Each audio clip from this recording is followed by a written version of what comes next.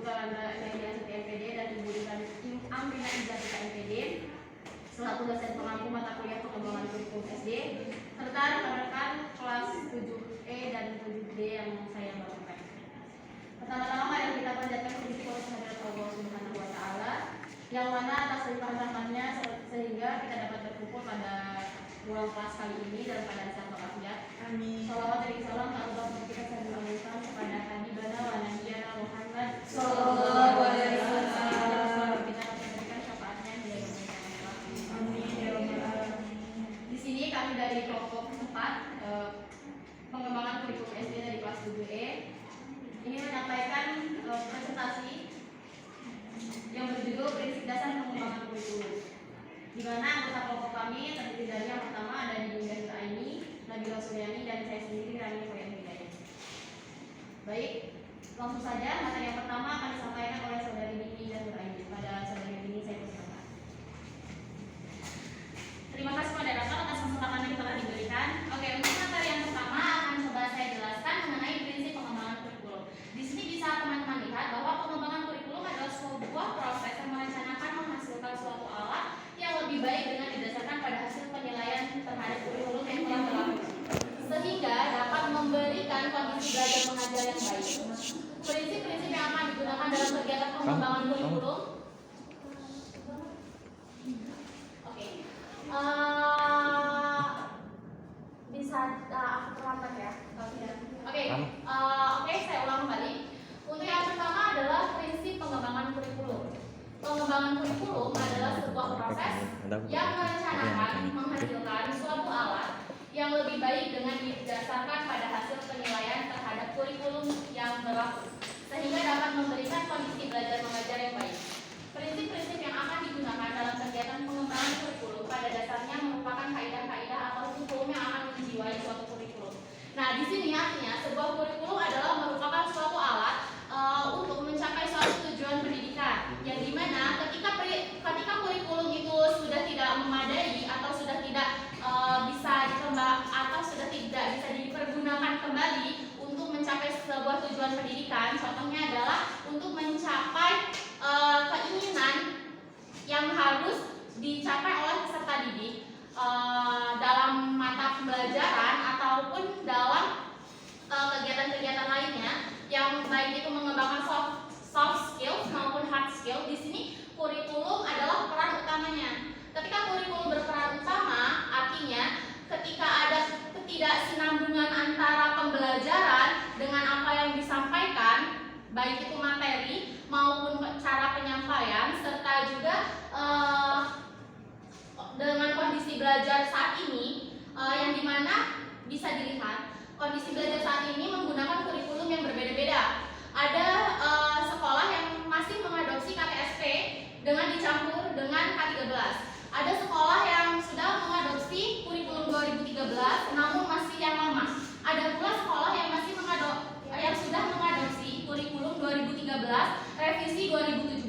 Ada juga sekolah yang mengadopsi kurikulum 2013 berdasarkan revisi tahun 2018, dan juga ada sekolah yang sudah mengadopsi kurikulum terbaru yaitu kurikulum Merdeka. Nah, di sini artinya apa? Di sini artinya kurikulum itu merupakan sebuah proses perencanaan yang dimana ketika kita menganggap KTSP itu sudah tidak memadai untuk diajarkan kepada peserta didik, maka dibentuklah kurikulum 2013. Begitu pula kurikulum 2013 ini masih banyak perbaikan. Kita di zaman kita masih sekolah dulu itu, seingat saya kurikulum 2013 itu dilaksanakan pertama kali adalah ketika kita masih SMP. Di situ kita masih sebagai kelinci percobaan kalau bahasa dini.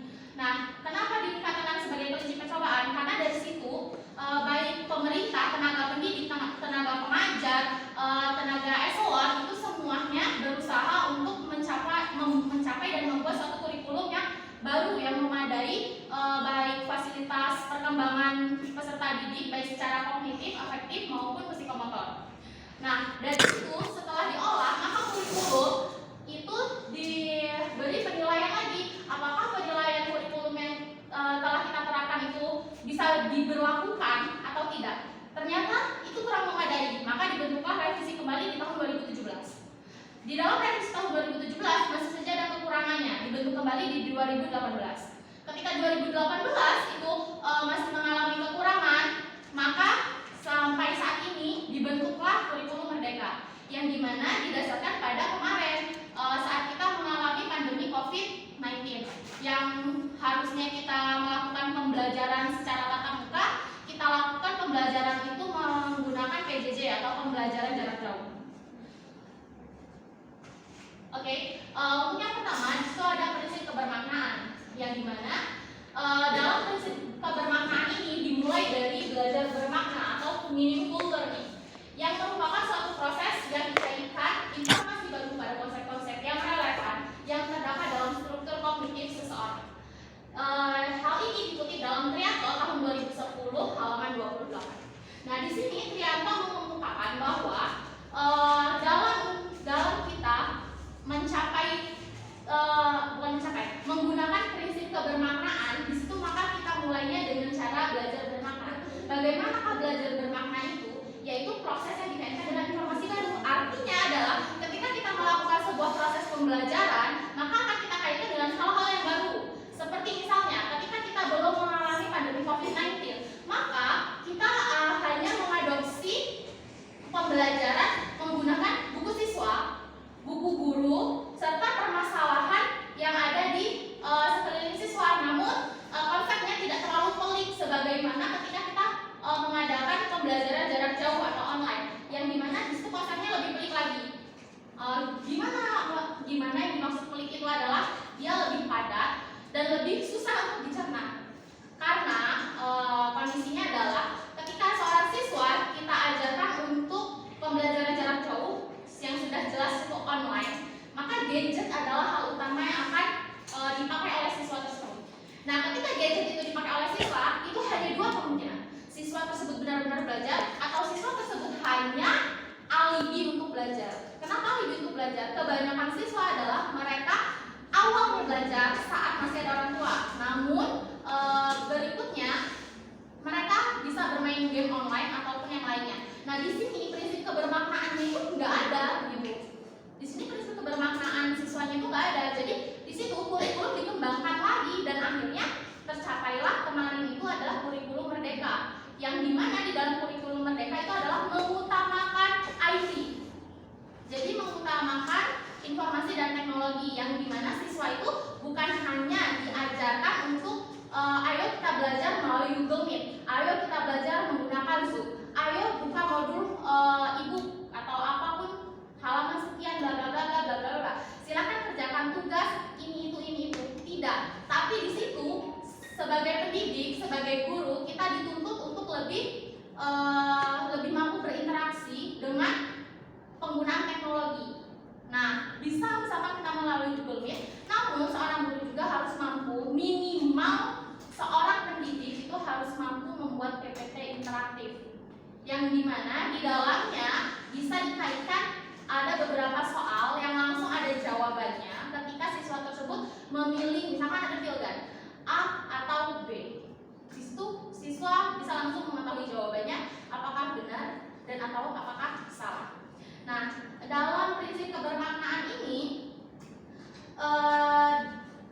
yang dimulai dari belajar bermakna, maka siswa memperoleh pengetahuannya melalui pengalaman mereka sendiri. Nah, menurut Brown dalam Prastowo tahun 2013 halaman 25 mengungkapkan bahwa setiap situasi pembelajaran dapat bermakna jika terdapat dua kondisi. Pertama, siswa memiliki perangkat pembelajaran atau sebuah kecenderungan untuk mengaitkan kegiatan belajar baru dengan apa yang sudah mereka ketahui. Nah, mereka siswa itu dalam kondisi yang pertama ini awalnya hanya mengetahui buku dan buku. Nah, yang berikutnya kita kaitkan dengan teknologi. Ini untuk situasi yang pertama. Dan situasi yang kedua adalah kegiatan pembelajaran itu sendiri mempunyai kemungkinan kebermaknaan bagi siswa, yaitu dihubungkan dengan struktur pengetahuan siswa. Nah, di sini artinya dari penggunaan teknologi tersebut, apakah pengetahuan siswa tersebut dapat bertambah atau malah bisa menghambat pengetahuan siswa tersebut dalam pembelajaran. Nah, di dalam prinsip kebermaknaan ini sendiri menunjukkan isi kurikulum, yaitu yang pertama harus mencerminkan Dan yang kedua, harus mengintegrasikan dalam pembangunan bangsa dan karakter. Makanya kenapa dalam KI1 itu lebih mengajarkan keagamaan, dan KI2 lebih ke dalam sikapnya, yang dimana karakter itu adalah merupakan poin penting dan nilai utama dalam menjalankan suatu pembelajaran. Apabila karakter di sini tidak tercapai, maka kebermaknaan dalam kurikulum itu bisa dikatakan tidak sesuai dan harus kita perbaiki kembali di kurikulumnya tersebut. Nah, untuk yang ketiga ada harus mengembangkan kreativitas, rasa, niat, dan bekerja agar siswa memiliki mental, moral, karakter yang mulia, tinggi, keyakinan agama, cerdas, terampil, dan memiliki tubuh yang sehat dan kuat. Yang keempat, harus mempersiapkan sikap dan mental siswa untuk mandiri dan bertanggung jawab dalam masyarakat. Contohnya saja bisa kita ambil ketika siswa kita beri tugas dengan mengadopsi lingkungan. Jadi pembelajaran melalui lingkungan. Nah, berikutnya yang kelima ada harus mengintegrasikan teori dan praktik, yang dimana kita harus mengajarkan bukan hanya pengetahuan kognitif dan afektifnya saja, namun juga kita harus mengajarkan pengetahuan psikomotornya. Nah, untuk yang keenam itu harus menggabungkan pengetahuan, keterampilan, sikap, dan nilai-nilai. Nah, yang ketujuh harus sesuai dengan minat, kebutuhan, dan pengembangan komunitas. 8. Harus dapat mengintegrasi intra, ekstra, dan kurikuler. 9. Harus memungkinkan berkesinambungan antara suatu institusi dan institusi pendidikan lainnya. Jadi antara pembelajaran dari sekolah dasar ke sekolah menengah pertama itu masih berhubungan. Berikutnya lagi dari sekolah menengah pertama ke sekolah menengah atas atau sekolah menengah kejuruan itu harus berhubungan. Makanya kenapa ketika kita lulus SD, maka di pembelajaran SMP pada semester 1 itu masih merupakan pembelajaran SD namun dalam tahap lanjut. Dan bahkan ada sedikit kita dengar suatu informasi dari luar ataupun kita mendengar suatu isu bahwa SMP itu masih dikategorikan dalam pendidikan dasar. Nah, untuk yang ke-10 atau yang terakhir itu adalah harus dapat disesuaikan dengan kondisi setempat. Yang artinya pembelajaran di sini siswa dituntut untuk melihat kondisi setempat. Yang dimana itu merupakan suatu penilaian afektif. Di sini baru ketika semuanya sudah mendapatkan pengaruh yang positif, maka prinsip kebermaknaan di sini didapat dan berarti kurikulum tersebut berhasil. Oke, terima kasih. Sekian presentasi dari saya kembalikan kepada moderator. Terima kasih kepada saudari atas pemaparannya. Materi selanjutnya akan disampaikan oleh rekan saya yaitu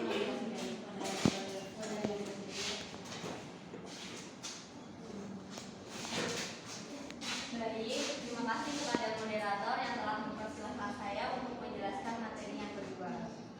Jadi, materi hari ini yaitu mengenai prinsip kurikulum, prinsip dasar kurikulum. Yang pertama adalah prinsip kebermaknaan yang sudah dijelaskan oleh rekan saya tadi. Dan di sini saya akan menjelaskan prinsip yang kedua yaitu prinsip berorientasi tujuan. Nah, di sini bisa kita lihat bahwasanya prinsip ini dipandang dari tujuan sebagai salah satu komponen utama dalam pengembangan kurikulum. Menurut Hilda Taba ada 3 sumber tujuan yaitu budaya masyarakat, individu, dan mata pelajaran. Nah, di sini kita membahas tentang prinsip ya. Prinsip itu adalah suatu tujuan atau acuan yang kita pegang dalam satu pelaksanaan kurikulum.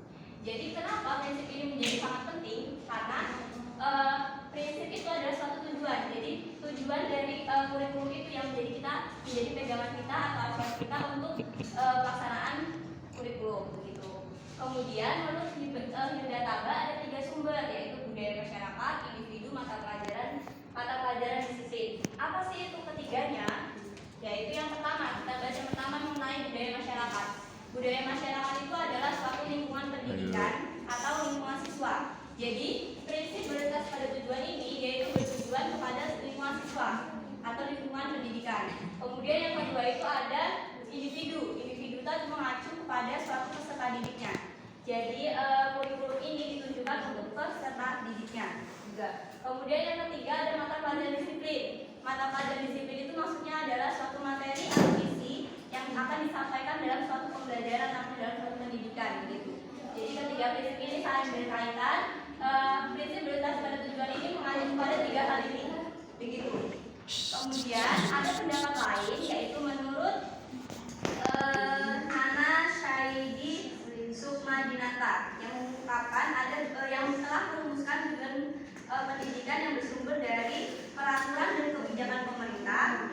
Itu maksudnya yaitu sebagai dokumen lembaga negara mengenai tujuan dan strategi pembangunan termasuk di dalam pendidikan. Jadi maksudnya itu yang pertama itu tujuan pendidikan atau tujuan kurikulum itu berdasarkan peraturan dan kebijakan pemerintah. Kurikulum itu didasarkan pada sebagai dokumen lembaga negara, gitu ya. Kemudian yang kedua itu ada survei tentang kebutuhan siswa dengan menggunakan kuesioner, wawancara, observasi. Jadi tujuan kurikulum ini juga untuk survei, yang dimana menggunakan kuesioner, wawancara, dan observasi. Kemudian survei persepsi orang tua atau masyarakat tentang kebutuhan mereka yang ditangkap melalui kuesioner, wawancara, dan observasi. Jadi di sini ada dua survei ya, survei mengenai peserta didik dan survei mengenai orang tua, begitu. Yang sama-sama dilakukan bisa dengan kuesioner, wawancara, dan observasi. Kemudian survei terhadap pandangan para ahli itu sama saja dapat dilakukan berdasarkan kuesioner, wawancara, dan observasi. Kemudian yang selanjutnya itu ada survei tenaga kerja dan yang selanjutnya pengalaman negara lain dalam masalah yang sama. Kemudian studi lain. Jadi ada 7 rumusan tujuan pendidikan yang diungkapkan oleh Nana Syaidi Sukmadinata. Mungkin ini saja yang dapat saya sampaikan untuk mengenai prinsip berorientasi pada tujuan. Next, selanjutnya saya akan menjelaskan prinsip yang ketiga, yaitu prinsip berorientasi pada peserta didik. Di sini kita dapat lihat prinsip berorientasi pada peserta didik berpusat pada potensi, perkembangan, kebutuhan, dan kepentingan peserta didik dan lingkungannya. Kurikulum dikembangkan berdasarkan prinsip bahwa peserta didik memiliki potensi sentral untuk mengembangkan potensinya. Jadi prinsip yang ketiga ini adalah prinsip berorientasi pada peserta didik.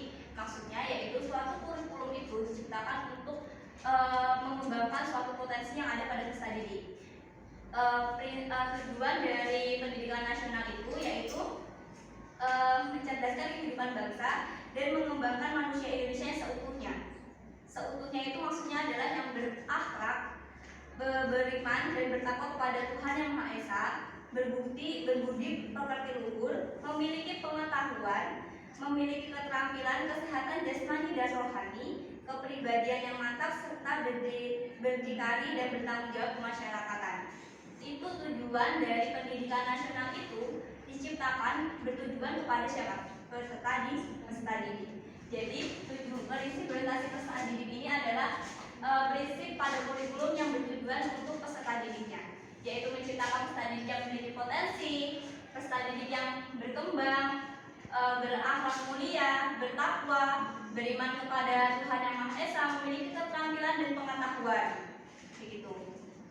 Kemudian kurikulum ini, prinsip berorientasi peserta didik ini kan ada pada kurikulum, ya kan?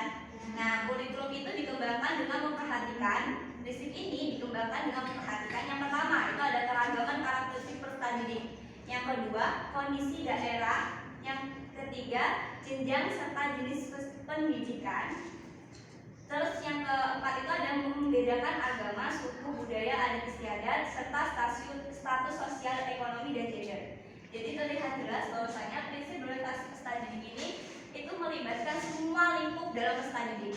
Bukan hanya pengetahuan dan keterampilannya, tetapi juga mengenai lingkungan peserta didik itu sendiri, suku, bangsa, agama, gender, bahkan kehidupan ekonomi peserta didik pun diperhatikan dalam prinsip orientasi peserta didik ini dalam kurikulum.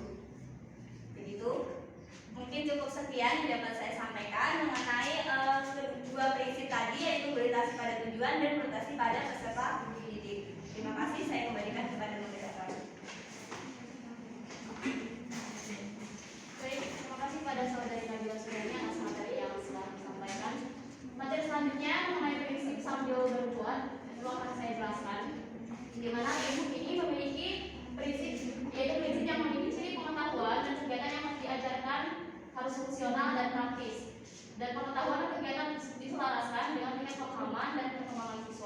di mana guru harus dapat membangun dan menumbuhkan minat, perhatian, dan kemampuan siswa. Presentasi materi pelajaran harus mengambil bentuk teori dan praktik yang terjalin juga dalam pembelajaran. Guru harus dapat membantu perpaduan antara kegiatan belajar individu dengan kegiatan belajar kelompok, dan guru harus mampu mengembangkan sikap dan nilai-nilai siswa.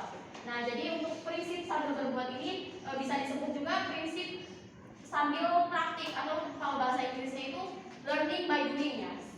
Jadi prinsip ini tuh menggunakan teori kognitivisme dari Jane Piaget ya, di mana prinsip teori belajar tersebut lebih menggunakan teori praktik, di mana anak-anak itu belajar dari hal-hal yang mereka lakukan secara langsung. Nah, untuk teori praktik ini kenapa penting? Karena dalam teori Edgar Dale dalam Code of Learning, jadi dia tuh membuat suatu segitiga atau cone yang dikembangkan kembali oleh Ryan dan Paul Cooper tahun 1999, di mana mereka itu menggambarkan antara hubungan antara jenis kegiatan dengan informasi yang dilakukan oleh siswa. Karena di counter atas itu, kalau ada spidol ya, ada spidol nggak sih? Ada ya.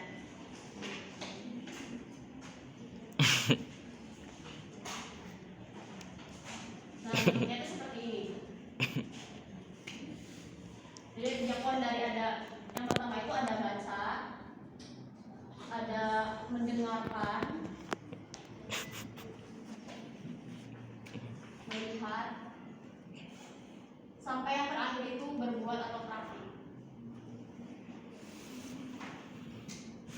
Nah, ini nanti dia terbagi lagi menjadi 4 jenis kegiatan, yaitu ada kegiatan verbal, kegiatan visual, terus terlibat, dan yang terakhir itu berbuat. Dimana misalkan siswa melakukan kegiatan belajar melalui membaca. Jadi informasi yang didapatkan siswa dari membaca itu adalah 10%. Akan semakin bertambah informasi yang dilakukan siswa mencapai 90% jika siswa itu belajar melalui berbuat praktik. Seperti itu. Nah, hal ini sesuai dengan filosofi